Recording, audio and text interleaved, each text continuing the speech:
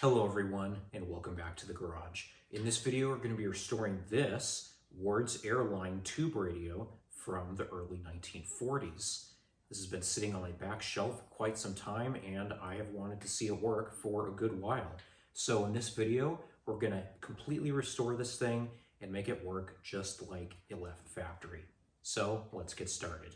So here's what we have this time. This is a Ward's Airline tube radio from 1941. So this would have been made during World War II. I would imagine that whoever bought this thing back in the early 40s probably used it to listen to war-related broadcasts to see how America and other countries were faring. So this is a pretty historical radio in that regard. And I think this was a pretty good radio for back in the day because it has quite a few features. It's got presets that you can set, so when you press one of these buttons, it will move the dial. The little plastic here's got some mold on it, so it might be a little hard to see, but when you press these buttons, it moves the dial around so that you can go to that specific preset. And those are user adjustable, so whoever owned this radio last actually set the presets according to what is shown on these buttons. So that's cool to see. All the labels are still there. The dial is still tracking correctly. The dial string's not broken. I can turn the tuning knob and the dial still turns. So that's one thing we don't have to deal with, a broken dial string. And this radio doesn't just do AM, it also does shortwave. It's got two separate bands on the dial in there, and we have a switch right here to switch between AM and shortwave. Right here we have our standard power on and volume dial. And here we have a tone dial. So we can adjust the amount of bass and treble coming out of the speaker. And this radio's only got one speaker on the left side. It doesn't have two speakers. That would be really nice if it did. On the side of the radio, we have our one speaker, which is right there. And looking at the back of this radio, you can see we have the Airline Airwave Loop Aerial System. That's just its way of saying it has a built-in loop antenna. We have a jack for hooking up an external antenna here for receiving more distant stations, although I doubt we're going to have to use that, and I'll show you why once we open up the chassis. And down here it talks about using an external antenna. It says, since the built-in airwave loop aerial is directional, turn radio until station is loudest and clearest. For local or powerful stations, no other antenna is needed. If reception of distant stations is desired, an outside antenna can be used. And so that would hook up to that jack. The power cord in this radio is going to need to be replaced because the actual cord itself is cracking. And as much as I love the original plug end because of its old style, I don't like power cords that have the two wires exposed like this with the two screws there. So I'm going to replace this power cord before the radio gets plugged in.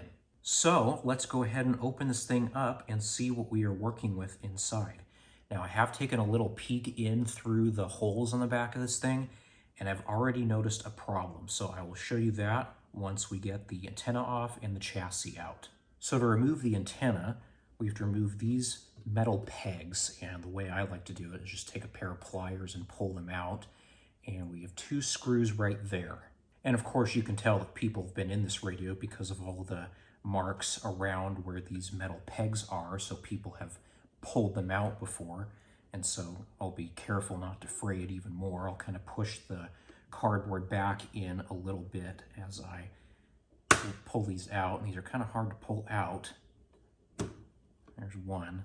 And I also should show on the bottom, we also have a little sticker indicating the model of the radio. This is a 14BR-735A, and we have a layout of the top side of the chassis.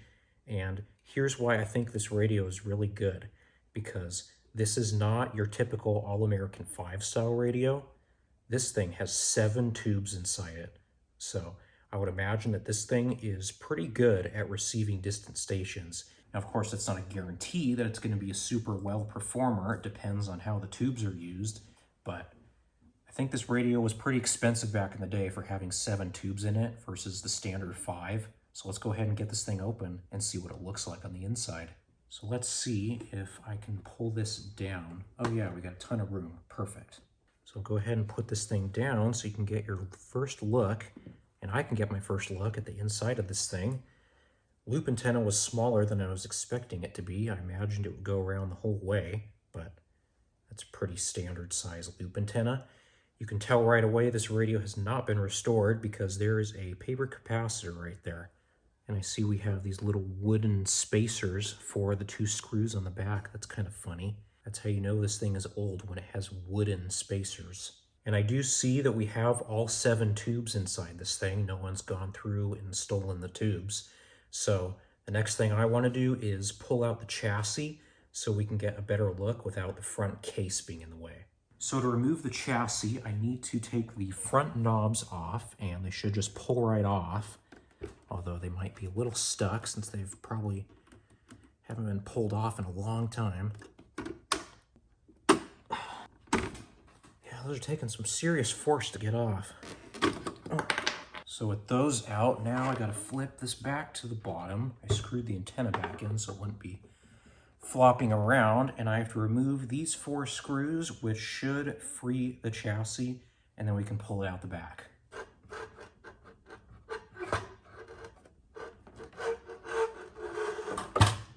All right, so that has been removed, and the front case is now separated. And there's the inside of the front case. You can see there's a good layer of dust on the bottom of it, but it's not horrible. A little guard in front of the speaker is still intact. And I see I'm going to have to be doing some epoxy work already because this little plastic piece is broken off. And it's one of the little things that holds the chassis in the front. So I'll make sure to repair that before we put the chassis back in. All right, so here is our first look inside the chassis of this radio, and it looks to be in pretty good shape. Just got a little layer of dust on it. I don't see anything too out of the ordinary, but I do want to show you the problem that I encountered when taking a peek through the back of this thing. So here's a closer look at the back side of the chassis. You can see all of our tubes are still there. We have 2 IF transformers in this radio. Looks like our oscillator coil. And there's our assembly for the tuning capacitor and the presets. You can see the inner workings for that down there. That looks like our audio output transformer. And we have this nice big speaker. That thing's probably going to put out some pretty good audio for a speaker that big. So that's another reason why I think this radio was a pretty deluxe set back then. But here's our issue. In this tube socket, it says there's supposed to be a 35L6 GT. But what's in here is a 50L6 GT. Now, I don't think this is going to be a kill the radio type problem. I'm going to have to replace the tube, but the first number in that tube represents the heater voltage, the filament. And so with the original tube, it would take 35 volts to properly heat up the filament inside the tube. This one takes 50. So what would happen if this radio was turned on with a 50L6 inside? It probably just wouldn't conduct fully. And if this is a series string set, I'll be able to determine that here in a little bit, then that would affect all the tubes, and basically this radio wouldn't work at all. Now, if this were the other way around, say there's supposed to be a 50L6 in here, but it had a 35L6 in it, that would be a problem, because if the radio was turned on, it would very likely blow up the filament in that tube, just like how a fuse would blow. And so that tube would be permanently bad, and so you have to replace the tube. So this shouldn't have harmed the radio, but I do have a spare 35L6 that I can put in there, and so that's not going to be a big deal to swap out.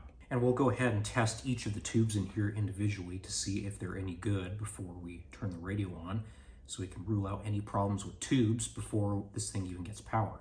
And this radio does have a dial light, so it will light up when it gets turned on. I imagine that's either a 44 or a 47 bulb, and it looks to be in nice shape. It's not dark. And here's the dial light right here. It is a GE47. This is the same type of bulb that is used in older pinball machines. And if you haven't watched my pinball content, I would recommend going ahead and watching the series I've done. I've restored multiple pinball machines over the last couple of years, and I think they've all turned out good, so go ahead and check those out. And I see that the plastic cover here on the dial is removable. It's got a few screws holding it in, so I should be able to clean all this mold out of it and make it a lot more visible, because right now it is not very good. So what we'll go ahead and do now is we'll take a look underneath the chassis and see what we're working with under there. Yep, that looks pretty original. So there is our first look underneath this chassis. And you can see it has not been touched at all. And if it has, it was done way back in the day, and there are no modern parts inside this thing whatsoever. And this radio is old enough where it doesn't have carbon composition resistors like you see starting in radios from around the 50s. This has what you would call dog bone style resistors because they kind of look like a dog bone, and the way you read them is by going body end dot. There's a little dot in the middle. I don't know if you can see that. The body's a different color and the end is a different color. So I'll get more into that once we start testing the resistors and capacitors inside this thing. And speaking of capacitors, we have all original paper and electrolytic capacitors inside this thing. And so if you're familiar with vintage radios, you'll know that every single capacitor in this thing has to be replaced because paper capacitors are pretty much all bad and leaky at this point. Looks like the only electrolytics in this thing are these two right here. This one is a 20 microfarad and this one's a 30 microfarad. And looking at the wiring inside this radio, aside from the dust and a little bit of mold that I see, looks like it's all cloth wiring, so I don't think we're going to have to deal with any cracked wire. So all the wiring is probably going to end up being okay. I see we also have a few mica capacitors in here. Looks like 3, 4 of them at least. But you shouldn't always look at those and say, oh, those are mica capacitors, because there are some paper capacitors that look very similar to micas. So I'm going to be checking those capacitors just to make sure that they're not leaky. So here's a closer look at the underside of the radio chassis. You can see we have all original capacitors and resistors, as I said, and all of the paper capacitors that are in here are going to need to be replaced with modern film capacitors. You can see right here in the middle we have a big blob of solder that is connecting both of these parts of the chassis together so that the chassis ground can go throughout the entire chassis. We have a capacitor here that is connecting that chassis ground to somewhere else. It looks like one of the points on this dial here. You can see right here what one of these dog bone resistors looks like. You can see we have body end dot as different colors, and so that's how you read those. There's another smaller one over here. You can see different colors on that one. We've got some other ones over here. And so I'll be testing those to see if they can stay in the radio or if they need to be replaced. And so that is what the inside of this chassis looks like before I've done any work to it at all. Still all original 84 years later.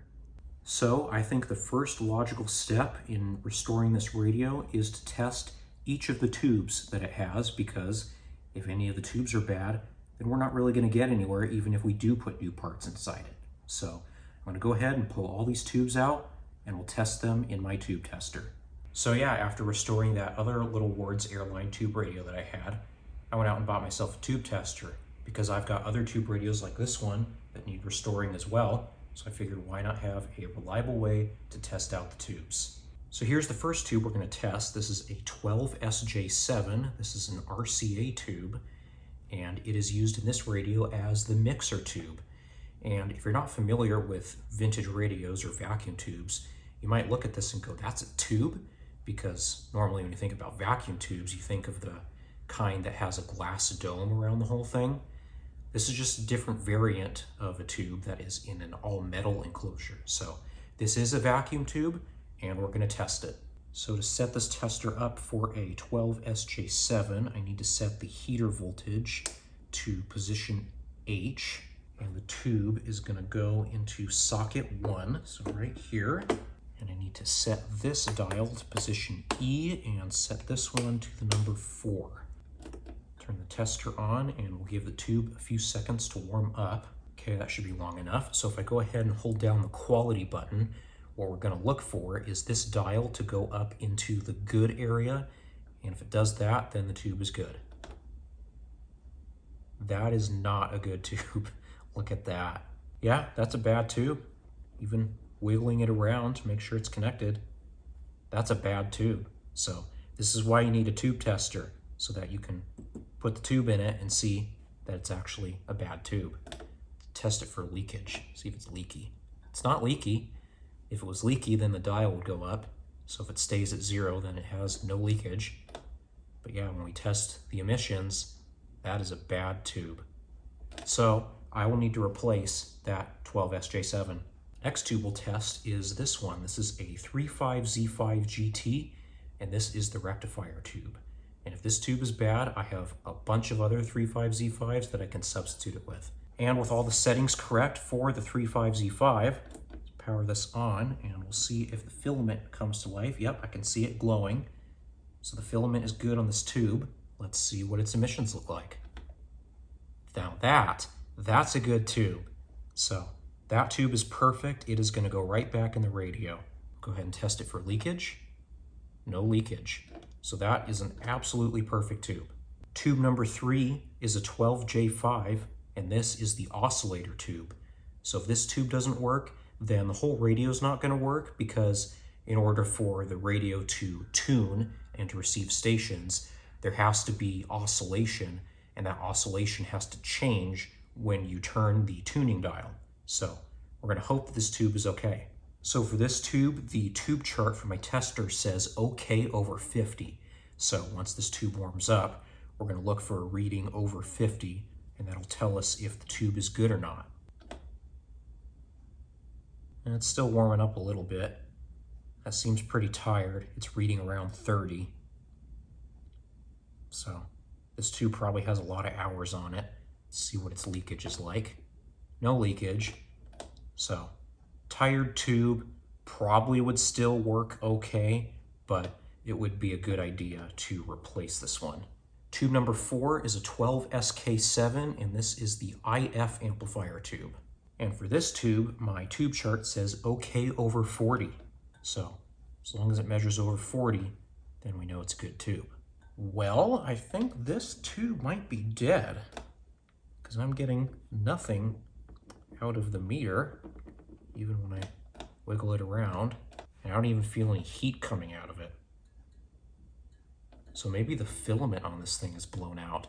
I'll have to test that once we're done doing the rest of the tubes. Well, you know what? I just ran into another issue. The tube I pulled out here is supposed to be a 6T7G. What was in there was a 12Q7 GT. That should not be in there. I'll go ahead and test it just for the heck of it. Yeah, I'm not seeing filament on this one. So I think this one might be a dead tube too. It's not glowing and I have the tester running. Yeah, I think the filament on this is open because we're getting nothing out of it. And moving the tube around, the filament is not coming on, so I think this is a bad tube. And it's the wrong tube, so that would kind of make sense. That would probably kill the tube. Okay, this next tube is correct. This is a 12SQ7 GT, and this tube is the first audio output tube and the second detector AVC tube. So this tube has 3 different sections in it, so we'll have to test 3 different positions on the tester for this tube. So go ahead and turn it on and see if the filament comes to life. Yes, I do see filament out of this one. Yeah, this one's glowing very faintly, so this tube's not dead, but we'll see how it tests here in a minute. I have the tester on the first section of the tube, so we'll go ahead and see how that tests. Okay, that's a good tube. That section is good. And as it's warming up, it's even going a little bit higher. So that's a good section.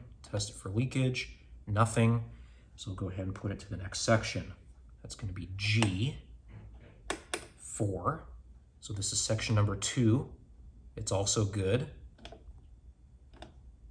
And it's also not leaky. And the third section is G5. So this is section number 3, and that is good as well. So this tube is good. Don't have to replace that one. It's not leaky on that section, so that one is fine. And the final tube we have is a 50L6 that is supposed to be a 35L6. So let's just see if it works. Do we have a filament in this tube? Yes, I can see it glowing. It's warming up. Doesn't seem like it's good. I'll give it a few seconds and see if it warms up to the point where it is good. And as it warms up, it is still rising and it is just about to hit the good. There it is. So this tube is good. Maybe it hasn't been ran in a while and that's why it's taken forever to warm up. Usually they don't take this long on my tester, but it's now in the good. And so this tube is good. I can add it to my stash of tubes. Leakage, nothing. So that's a good tube. Okay, all of the non-mica capacitors have been removed and I've put them all right there. So now let's go ahead and do the fun part. Let's test out each one of these in the capacitor leakage tester and see how well they fared over time. All right, let's go ahead and test all these capacitors and see how well they've held up over 84 years. The first one we'll do is the dual capacitor. It is a combination 50 microfarad 150 volt and a 30 microfarad 150 volt inside a single can. So let's go ahead and test the 30 microfarad capacitor first. And so first let's test for capacitance. Let's see if it still reads as a 30 microfarad capacitor. So if I flip this switch from discharge to bridge, that will make the eye tube inside the tester close. And so how this works is we're going to be turning this knob and we're going to see at what point does this eye tube fully open, and that will tell us the capacitance of this capacitor. And so I'm going to turn it to around the 30 microfarad mark and we'll see if we get an opening. And I think the tester just does that when you flip it all the way up like that. And I can test that now if I go ahead and just unhook one of the leads out of the tester. Oh, it does close.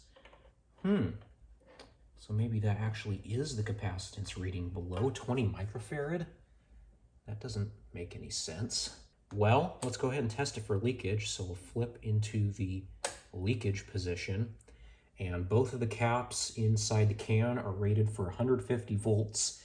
And so by turning the voltage dial here, it starts out at 3 volts. We can turn it all the way up to the 150 volt setting. So we'll know if this capacitor is leaking because the eye tube will stay closed if it is. So at 3 volts, it's perfectly fine because the eye tube's open. 6 volts, good. 10 volts, 15, 25, 50. Okay, so the cap's not open. You saw how it closed for a second and then opened again. That's the capacitor charging and then becoming fully charged. So the cap is not open. So at 50 volts, it's okay. 100 volts, also okay. 150, also okay. So this capacitor, according to this tester, is not leaking, but it was kind of odd. I'm going to flip back to the bridge position. That is the 30 microfarad cap, right? Yes, 30 microfarad.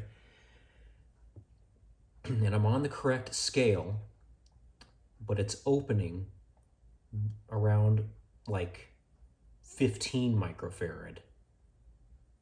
And that doesn't make any sense. I might have to put this in my digital meter to see what it reads as. I'm going to go ahead and do that. Okay, so I'm going to hook this clip lead to the 30 microfarad end, and we should see something.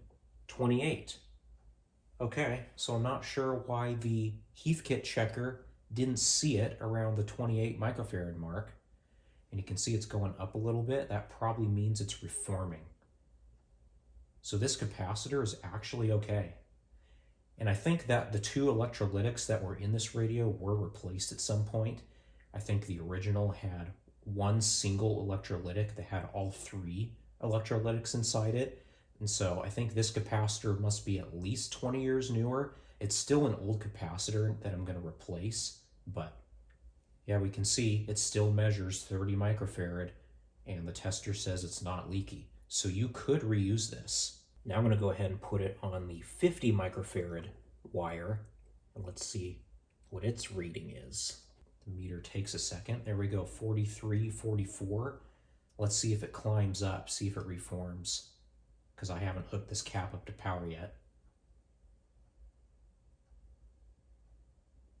Looks like it's staying around 43. So this one reads a little low, but let's see what it looks like on the cap checker. So let's just go ahead and test the 50 microfarad end for leakage. See if that capacitor is leaky. 3 volts good, 6, 10, 15, 25, 50, it's okay, 100, it's okay, 150, slowly opening, the tester says it's okay. So this capacitor is actually not that bad. You could reuse it if you didn't have any other capacitors, but this capacitor's old. I don't trust it to last a long time, so I'm going to replace it with a brand new one. So the next cap we'll test is the other electrolytic, and it is a 20 microfarad 150 volt. Let's see how this one fares. So before I was using the C extended scale, and it just allows you to measure really large values of caps. I flipped it to the standard scale, and there is a 20 microfarad mark on it, and I am getting a reading now. And so what we're looking at, it is just below 20 microfarads. So at the point where the eye tube is fully open right there, it's reading about 17 microfarad, which is a perfectly normal reading. So that checks out. We'll flip it to discharge and now to leakage. This cap's rated for 150 volts as well.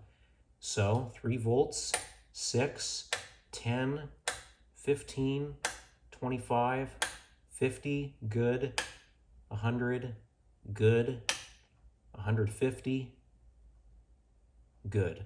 So these electrolytics actually seem fine, but I'm going to replace them because capacitors nowadays are dirt cheap, and I don't think it's a good idea to put trust in capacitors. I would imagine these are from the 60s because I don't think these are original, because they still say MFD as the abbreviation for microfarad, and that was an old thing.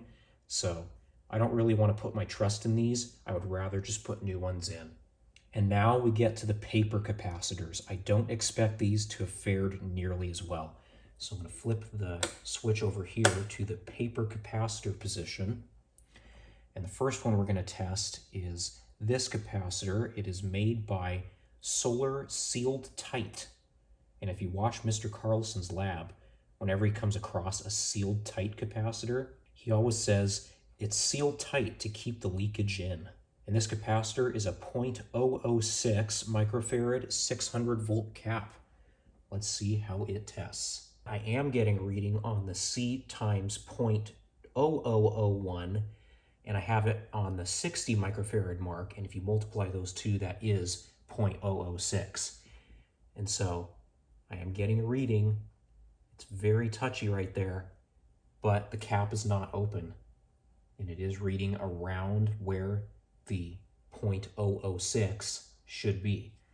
So let's go ahead and flip it to leakage. This is rated for 600 volts. 3 volts, okay. 6 volts, okay.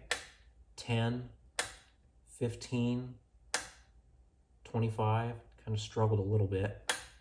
50. See how now the eye tube is staying closed? If it stays like that indefinitely, that means the capacitor is leaking.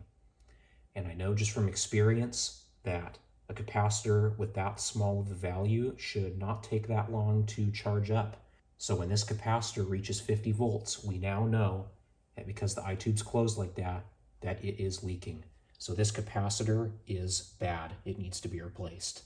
Next one is a 0.1 microfarad 400 volt paper cap. And for the rest of these caps, I'm just going to test for leakage to make the process go faster, because if they're leaky, there's no need to check the capacitance because we know they're bad. So we'll go ahead and put that back down to 3 volts. Put it in leakage. Look at that right there. 3 volts, and the eye tube is fully shut. So that capacitor is totally dead. It might even be shorted. So that one absolutely has to be replaced. That would have been really bad if I had powered that up inside the radio. It would have caused major problems. Now we got a real crusty one. This is a 0.02 microfarad 400 volt paper cap. What do you think? Is it going to leak right at 3 volts like the other one? Nope, it actually passed 3 volts. It's rated for, what did I just say it was? 400? There's no way it's going to get up that far, but we'll climb the ladder here. So 6 volts, 10, 15, okay, 25, and the eye tube is shut. And it shouldn't take that long because 15 went pretty quick, so 25 should also be fairly quick. So once this capacitor gets at least 25 volts through it, it's leaky. And what I mean by leaky, if you're not familiar, is that it's not physically leaking something out of it, which capacitors can do when they fail. It's what's called being electrically leaky, which means that the capacitor is passing DC, and capacitors are supposed to block DC. And so once capacitors start to leak, then they will let DC voltage through when they're not supposed to. And that eye tube being closed means the tester is detecting that. So this capacitor can't be used either, has to be replaced. Okay, now we have a 0.05 microfarad 120 volt cap. Let's flip the leakage. Ooh, that one did not like being, you see how long that took on the 3 volts? I mean, it didn't take a long time, but it should be like instant. So I guarantee the next couple notches up, it's going to be leaky. 6 volts, and it passed that too. 10 volts. Yep, leaky at 10 volts. It should be quicker than that. So that capacitor is dead, needs to be replaced, can't be used. So this goes to show you why when you find a vintage radio and you have the urge to plug it in and see if it's actually working, don't ever do that unless you know the radio's been restored properly, because you're dealing with all of these decades old capacitors and you've seen that all of the paper ones have been bad at this point. So you never want to do that. You always want to replace all the capacitors and check the resistors and replace any that are bad before you power up a vintage radio, because you don't want to cause more damage than what's already been done. This next cap is a 0.006 600 volt. Go ahead and flip the leakage. 3 volts, it passed. 6 volts is good. 10 volts, leaking. They should be very quick with that. You can see the eye tube is shut. So, another leaky paper capacitor. Next one is a 0.02 microfarad 400 volt cap. Leakage. 3 volts is fine. What is this rated for? 400. 6 is good. 10 is good. 15 is good. 25. Well, it doesn't like that. It passed, but not happily. 50. This is probably the leakage point right here. I would say so, because small value cap should be very quick on this kind of tester. And I've let it sit for a minute and it is still shut. So that's a leaky capacitor as well. It needs to be replaced. Next one, 0.1 microfarad 200 volt. Leaking at 3 volts. Look at that. So that capacitor, oh, it's opening slowly. See that? That's bad news because it should be really quick. I guarantee you it's going to just sit here closed on 6 volts. If it was that slow to go through 3 volts, then 6 volts is just going to be too much for it at this point. So, yep, leaking at 6 volts. What a surprise. All right, we got 3 left. This next one is another sealed tight. It's a 0.05 microfarad 200 volt capacitor. And what do we got for leakage? 3 volts is good. 6 volts is good. 10 volts is not. So when these capacitors were new, they would be able to go in this tester and go right up to the top of their rating without any issue. So the fact they're leaking at a tiny fraction of what they're supposed to handle means that they are very, very bad and they should never be used in anything. So this thing's leaking at 10 volts. it needs to be replaced. Next one is a 0.03 microfarad 400 volt capacitor. What do we got this time? 3 volts was kind of stubborn. 6 volts is the leakage point. So a 400 volt cap leaking at 6 volts is something you don't ever want to use in anything. And the last one is a 0.1 microfarad 400 volt paper cap. Actually, there is one more after this. I just had it in a different spot because there was a resistor attached to it and I wanted to keep those together. So this is actually the second to last one. Leakage, leaking at 3 volts. It's actually it's not. It didn't like having 3 volts put through it. It's probably not going to handle 6. It's not going to handle 6. So that is also a very bad capacitor. Okay, this is the last one. This is a 0.01 microfarad 120 volt paper capacitor. And it is good on 3 volts. 6 volts is good. 10 volts is good. What's this rated for? 120? 15? There it is. That's the leakage point. So once it gets at least 15 volts going through it, now it's starting to pass DC into the tester. So that's also a bad cap, and that means every single paper capacitor inside this radio was leaky. So just imagine you were at the thrift store and you saw a vintage radio like this. That's where I saw this one. That's where I bought it from. And you didn't have the experience of restoring these things. And you're like, oh, that's so cool. I wonder if it still works. Here, let me plug it in. This is why you don't ever do it. Because every paper capacitor in the whole thing was bad, leaking, and that would cause all sorts of issues if you attempted to plug it in and turn it on with those caps in it. So next time you see a vintage radio that you might want to buy and see if it works, don't plug it in until you've inspected all the parts inside it and made sure that everything checks out before you go ahead and turn it on. This is the reason why. But capacitors aren't the only things that I want to check inside this radio. I also want to check the resistors because over time they can drift way out of value, and then that would cause its own set of problems. So I'm going to go ahead and test each one and see if they still measure what they say they're supposed to measure. Before we do that though, I want to show you what a capacitor should look like when it goes through one of these leakage testers when it's not leaky and acting just fine. So this here is a modern film capacitor, and this is what you would use to replace those old paper capacitors. This one's a 0.047 rated for 1600 volts, and this is what you would use to replace a 0.05 microfarad paper capacitor. So I'm going to go ahead and hook this up to the tester, and I'll show you what it looks like when we're testing it.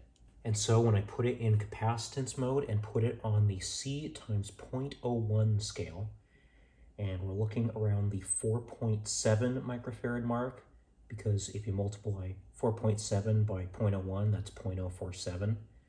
And there's our capacitance reading right there.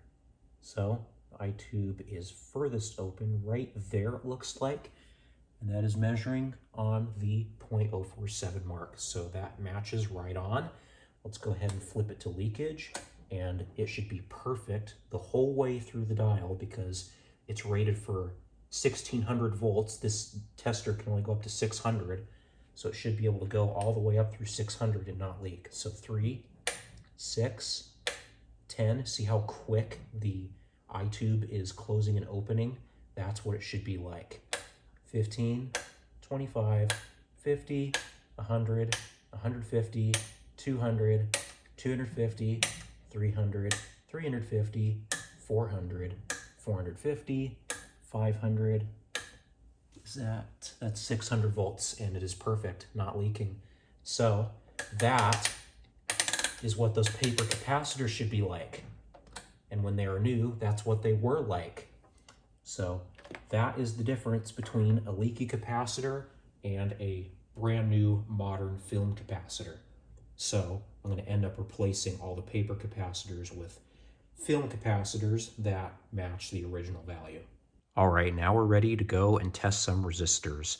But I was looking through the diagram on this radio because I saw this resistor here, and I couldn't find it anywhere on the schematic. I had to go through the whole thing and mark every capacitor, every resistor, and compare them to the parts list and write down where exactly they were connected in the radio just so I could go through the whole process of elimination, only to find out that that resistor isn't on the diagram at all.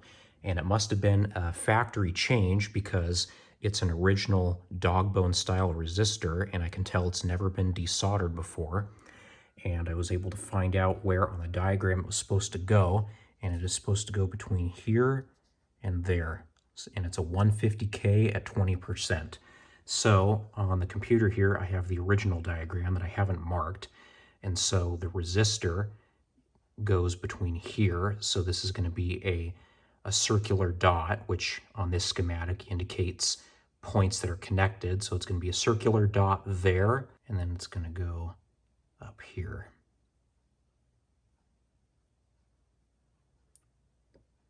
And so that is the location of that 150K ohm resistor if you have a Ward's 14BR735A like I have. So if you see that resistor there, this is where it goes in the diagram if you want to reference it later.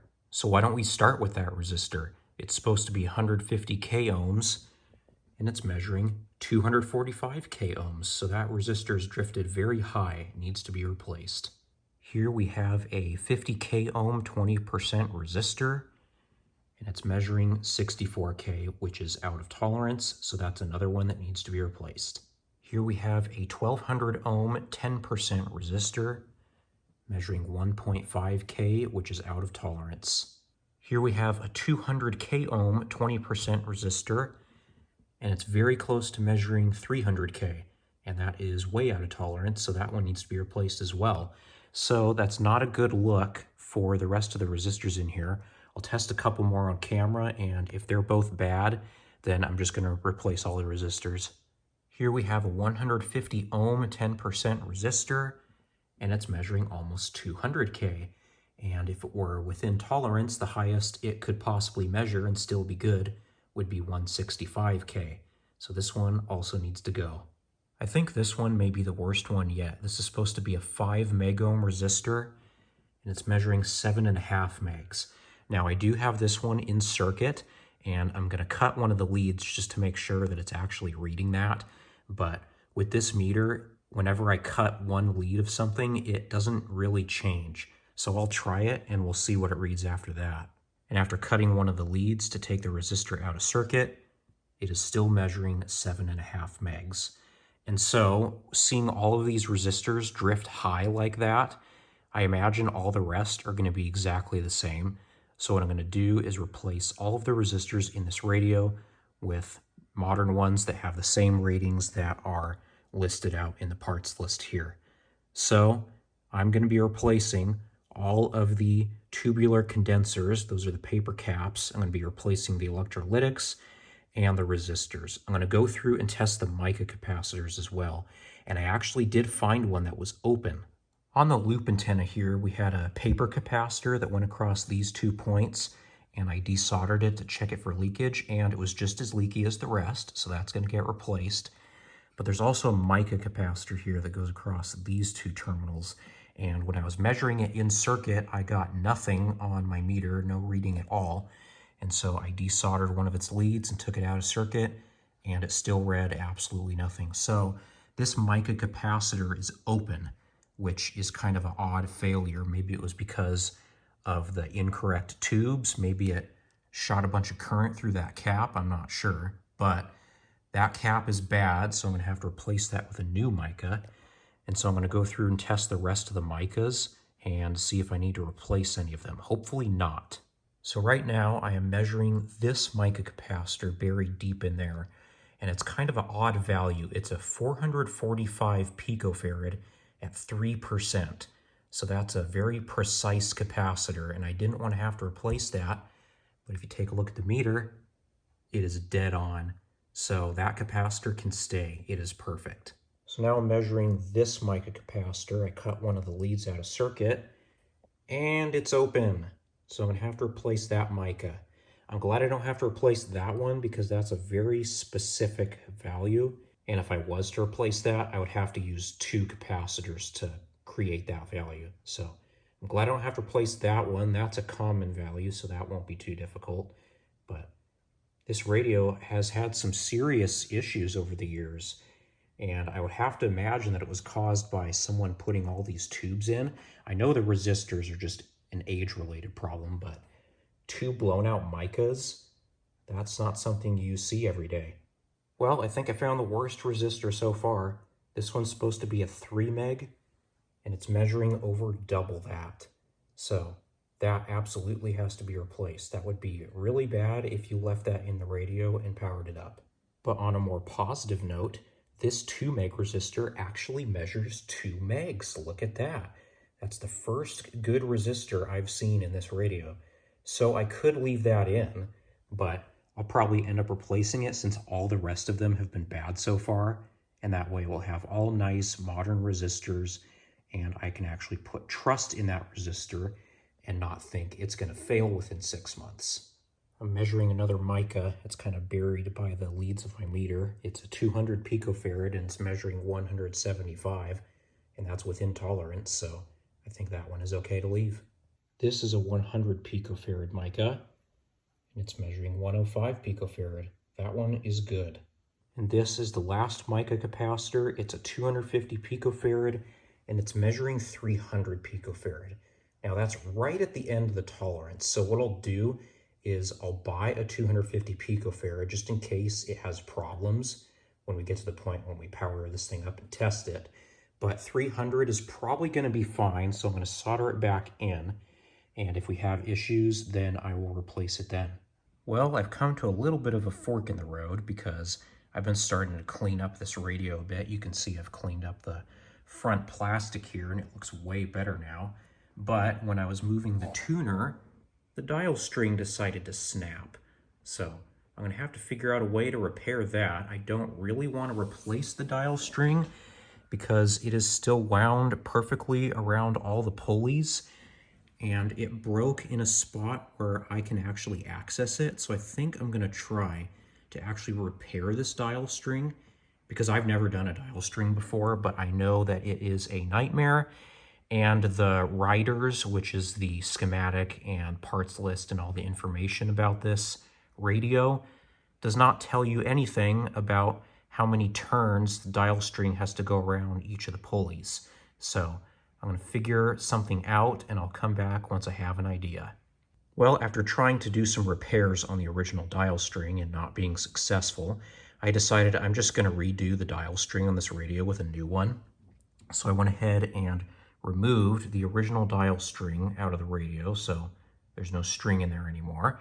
And I took some pictures of each of the pulleys so I would know how to mount the new dial string. And so that's not going to get here until a few days. So what I did in the meantime is I cleaned up the chassis a little bit. You can see it's looking quite a bit better. And I just got all the parts that I needed to actually rebuild the chassis. I got my resistors and capacitors. So that's what I'm going to do next. I'm going to rebuild the chassis with all new parts. I'm going to redo the dial string, put a new power cord in, and then we'll be at the testing stage. Okay, so let's first do the antenna capacitors. I went ahead and removed the old paper capacitor that was leaking and the mica capacitor that was open. So the first one we'll do is the mica capacitor. So here's the new one. It's a 150 picofarad, 5% mica, just like the old one. The old one was actually 10%, so this one's even more precise. So that's going to go in just like that. So we'll solder that into place. I'm going to keep this lead desoldered for now because I have to solder in my replacement film capacitor between here and there. And because we're dealing with modern parts, the film capacitor leads are really short. And so I wanted to solder the mica in first because it had really long leads. And so what I can do is use the parts that I cut off. I can use this part of the lead that I cut off the mica to extend the length of the film capacitor. So you can see by doing that, I've made the capacitor leads just a little bit longer so that I can actually get it between these two terminals. And what I'm going to do, just so that nothing disturbs those solder connections, is going to put a little bit of heat shrink over those and then leave just enough of the wire on the end to solder into those terminals. And that's what it looks like with the heat shrink applied. And so now I just need to solder these two ends to the terminals in the radio.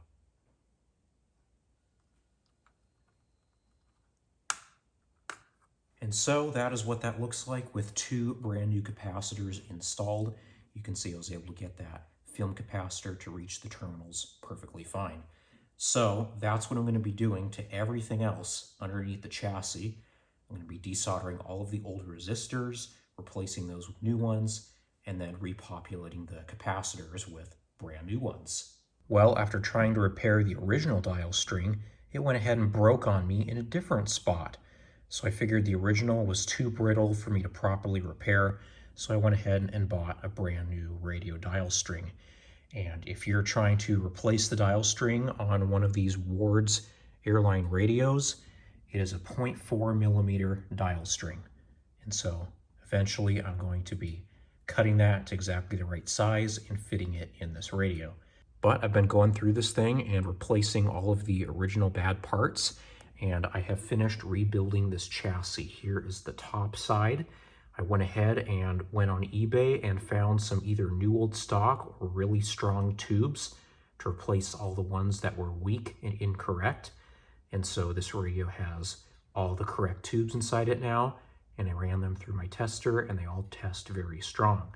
So the tube situation has been fixed. And here is what the underside of the chassis looks like after I replaced all of the bad capacitors and resistors. So you can see I've replaced all of the capacitors with film capacitors, all of the paper ones, and all the resistors in here are now brand new carbon film resistors.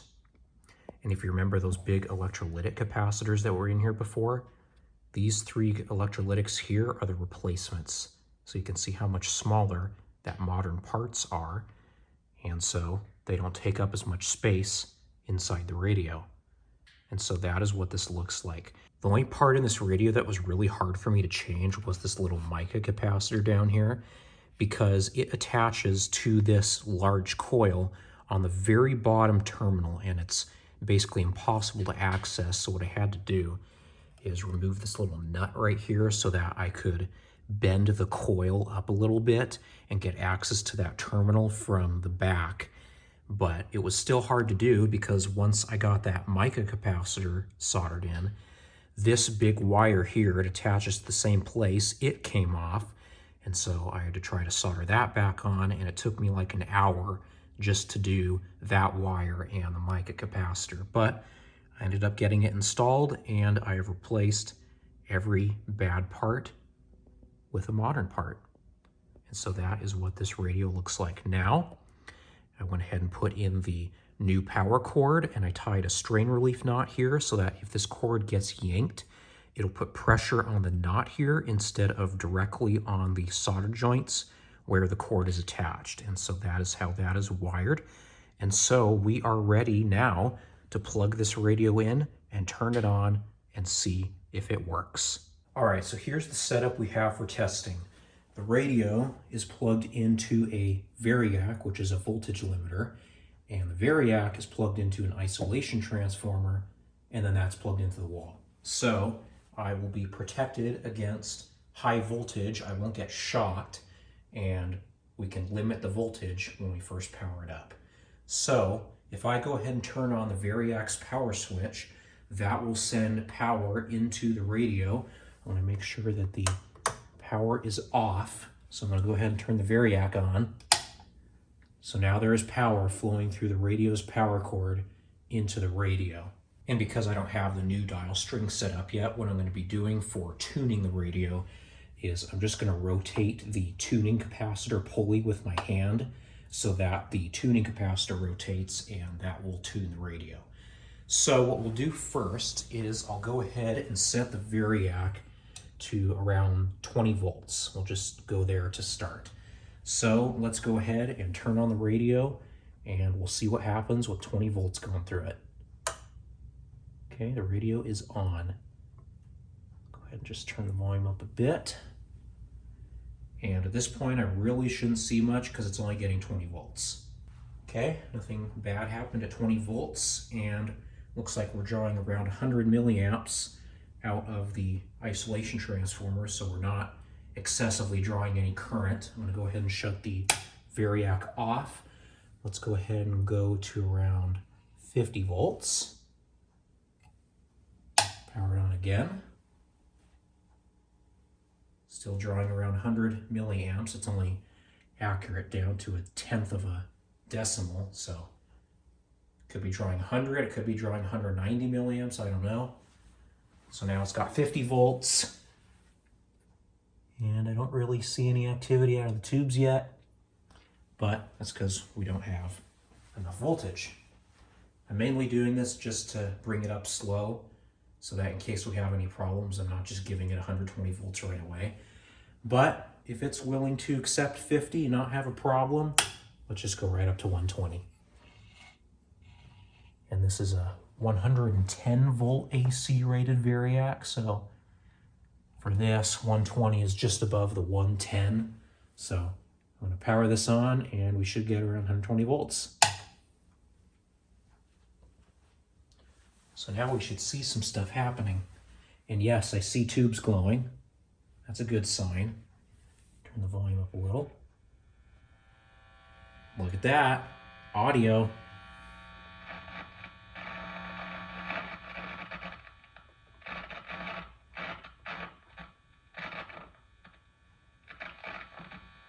The crackling may just be a dirty potentiometer. It doesn't sound like it has silver mica disease because it's not crackling just on its own. You'll see if I turn this, it's crackling. So I'll need to spray some contact cleaner in that pot. But we have audio, and all the tubes that you can see the filament on are glowing. So I'm going to go ahead and rotate the tuning cap.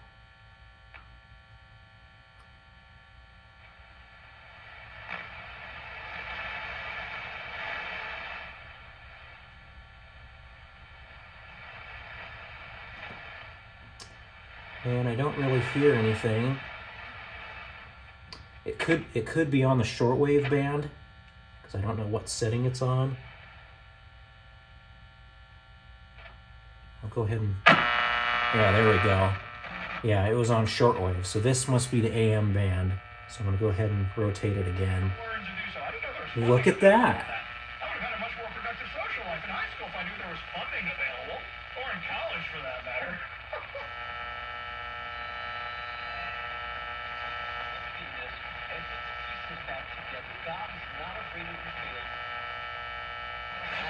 Over 66 televisions, plus that 2,000-seat entertainment venue, and exciting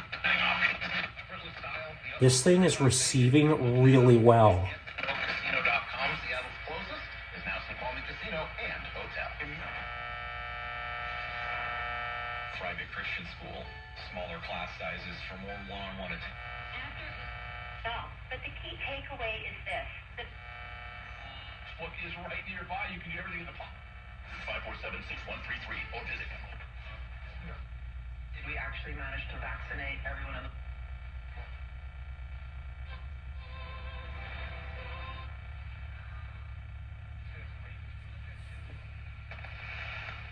This thing is receiving super well, and we haven't even given it an alignment yet.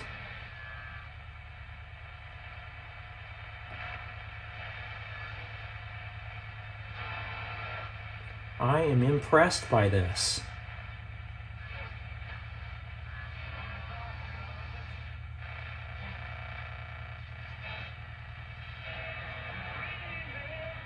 Get their best Wi-Fi.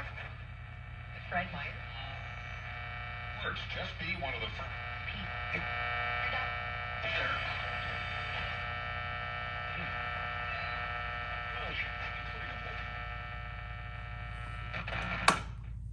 Wow. So, this radio is working very well. I'm going to put it back to a station so we can test the tone control. Welcome back to Winter Hack Radio, the place for gutter hacks to survive the season. Icy driveway, or trust spreading sand or bird seed to help with traction. Yes, it's working, but it needs contact cleaner, I can tell.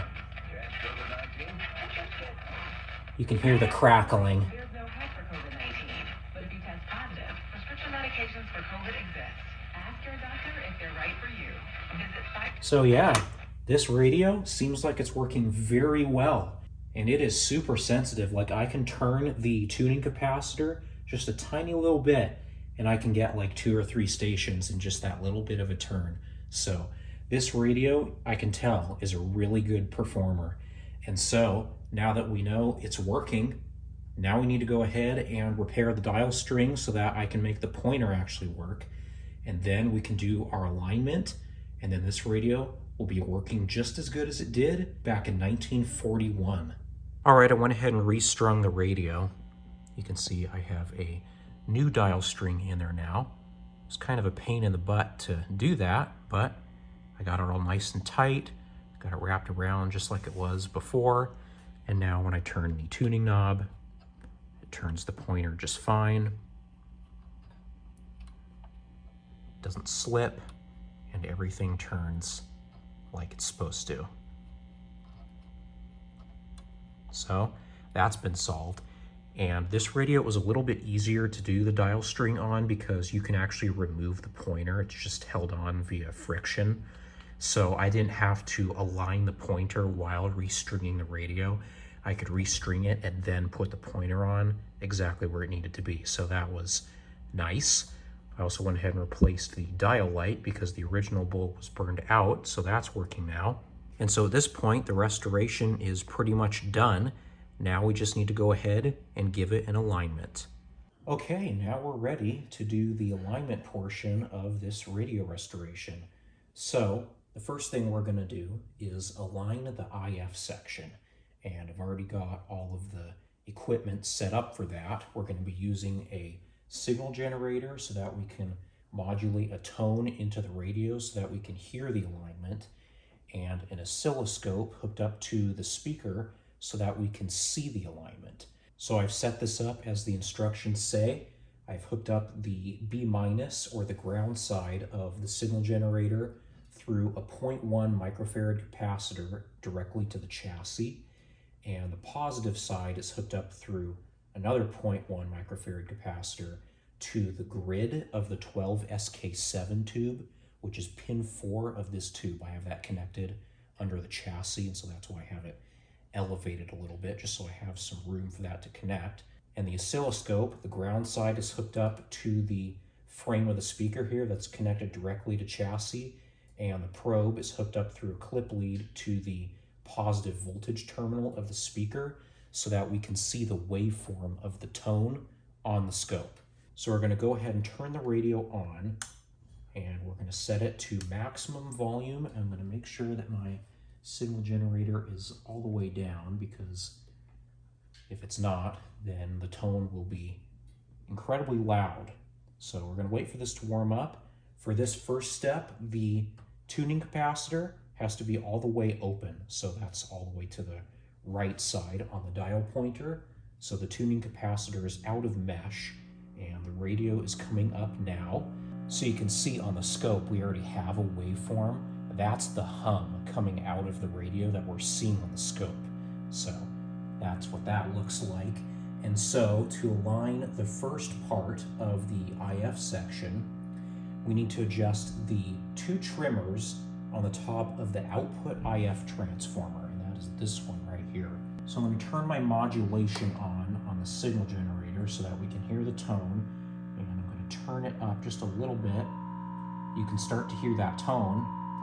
So what we're looking for, when I turn these 2 slugs, we're going to see this waveform move up and down, and we're looking for the highest waveform possible. We're looking for it to peak. So I'm going to turn this adjustment right here.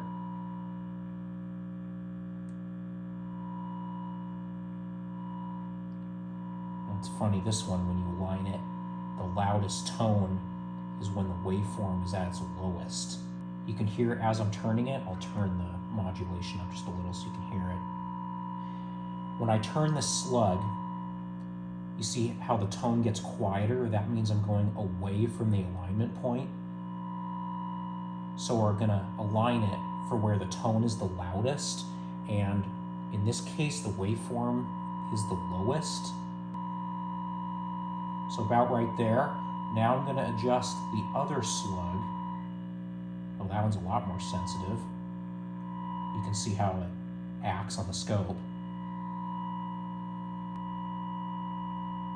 So about right there. So, turn this down. So that is the output section of the IF aligned. Now we need to do the trimmers on top of the input IF transformer, which is this one, but I have to make a change to the connection underneath before I do that. All right, I made my change. I have to hook up to the grid of the 12SJ7, which is pin 4 of this tube for the positive side of the signal generator. Everything else remains the same, and we can hear the tone. So now let's align the input side. So there we went away from it. It's a very sensitive one. So right there, and now we'll do the other one.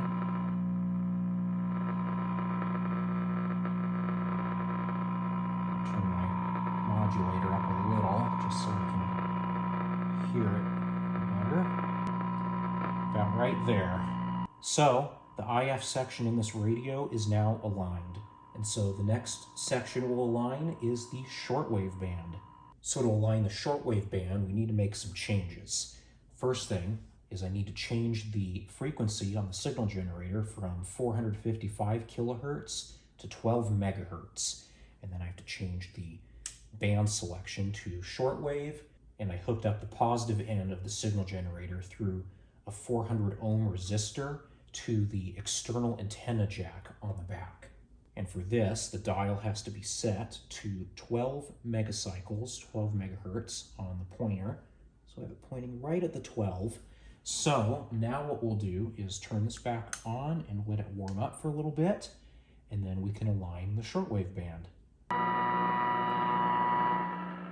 Well, somehow I forgot to hit the record button, but it's just these two adjustments right here, just like we did before. You just turn the screw and you listen for when the tone is the loudest. So I turned those. They were pretty close. This one here, this is the oscillator adjustment.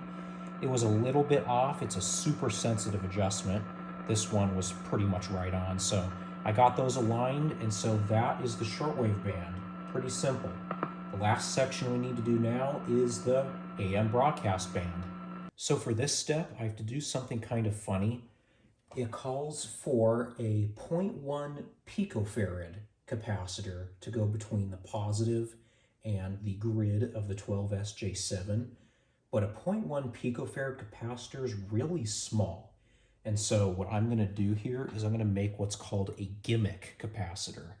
So my positive lead of the signal generator is not connected to anything, and I've made a loop. So what I'm going to do is hook up this white clip lead directly to the grid of the 12SJ7, which is pin 4 of that tube. And it just so happens that pin 4 is connected right to one of the lugs on this knob, so I can just hook up to that. And put this back down here, make sure it doesn't tip over on me. And what I'm going to do is I'm going to wrap this lead around the loop a couple times. I'm not going to connect the two together. I am coupling the signal from the red lead to the white lead, and that basically forms 0.1 picofarads, and it'll be close enough. So that's how that should work, and we should hear the tone. I'm going to go ahead and turn this on, let it warm up. I've changed the signal generator to 1600 kilohertz to align that section of the broadcast band, and the tuning capacitor is fully open all the way to the right. But the adjustment that we need to turn is the oscillator trimmer C12, and that is going to be this middle screw right there on top of the tuning capacitor. So I'll go ahead and turn my, there we go, turn my modulation on there.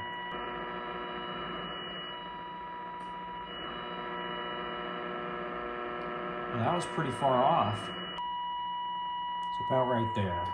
So that's the 1600 kilohertz section. Now we need to do the 1400 kilohertz section. And I gotta change some stuff yet again, so I'll come back once I do. So for the final step, it calls for a 200 picofarad capacitor. And I thought I had one, but I guess not. So I'm gonna be using the 250 picofarad because that's close enough, and that's what I have. Signal generator, same as before, 0.1 microfarad on the negative side to the chassis. We're going to hook up the 250 picofarad in series with the external antenna jack. And the adjustment we need to turn is this one here. And right there. That one's kind of hard to tell. Turn that off. That one's kind of hard to tell because the peak isn't very defined, but my hearing is still good enough to where I can hear that it is at the loudest point. So that's it. That is the alignment for this Ward's Airline radio. And so the restoration is completely finished. Let's go ahead and put it back in the case and listen to how it performs.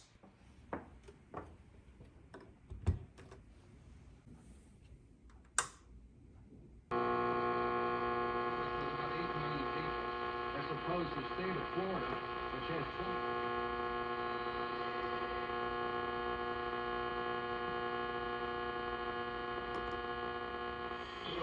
I didn't feel like it would be a blowout, although Duke was far superior.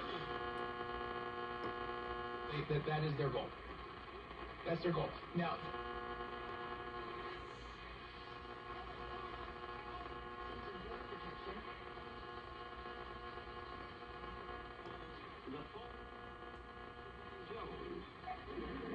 Well, let me find out about it and I'll call you back.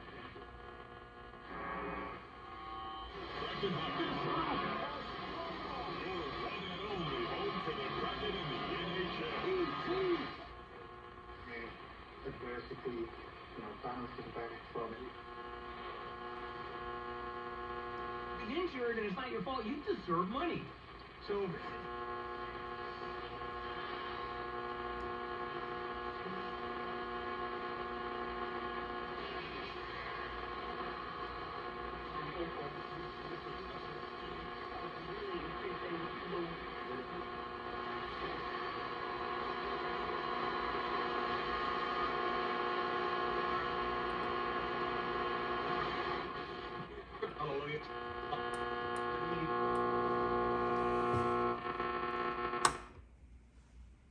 Performs really good. You want to see what that dial light looks like in the dark? Look at that. It's going to warm up and get brighter here in a minute. He said the same thing. He said, that's right. We got to win one. That's all we got to worry about. And then as I left tonight in the post game, I said the same thing. You just go one game at a time. And sometimes, sometimes things fall in your lap. And tonight they did. Duke goes home. UConn moves on. He is Mike Crispino, UConn men's basketball. And so that is the restoration of this Ward's Airline AM and shortwave tube radio from 1941. This thing performs really well, and I'm glad to now have it as a working example in my radio collection. And there's going to be a lot more of these longer style restorations. I have plenty more radios that I need to restore, so stay tuned for those videos. Thanks for watching, and I will see you in the next video.